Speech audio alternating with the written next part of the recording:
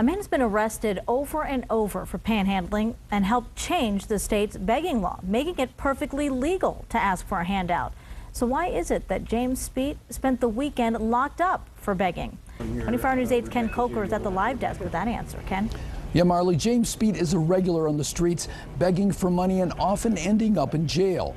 And that's where he's been since Saturday, a day after he helped change the law.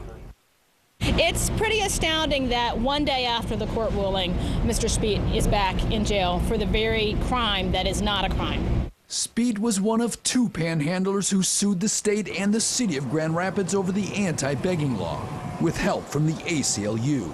The ACLU targeted Grand Rapids because it has hit panhandlers especially hard.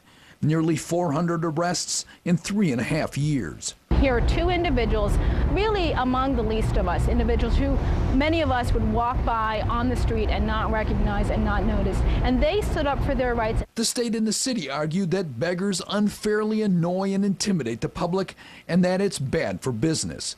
Businesses such as Lucky's on South Division. These panhandlers, they are bothering them.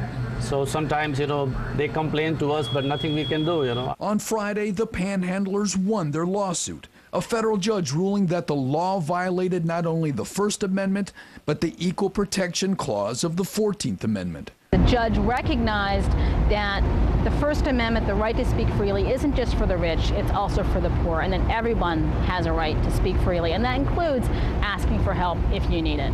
So on Saturday, the day after that ruling, a confident James Speet held up a need money sign along a Kentwood street.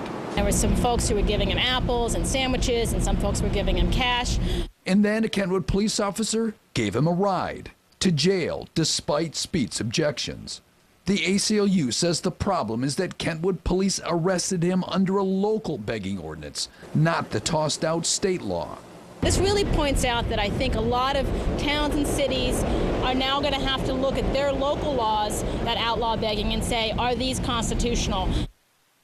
Now, the city of Grand Rapids, which has been relying on that state law, has not decided whether to appeal this, but in the meantime, police are no longer enforcing the anti-begging laws. Ken Coker, 24 News 8.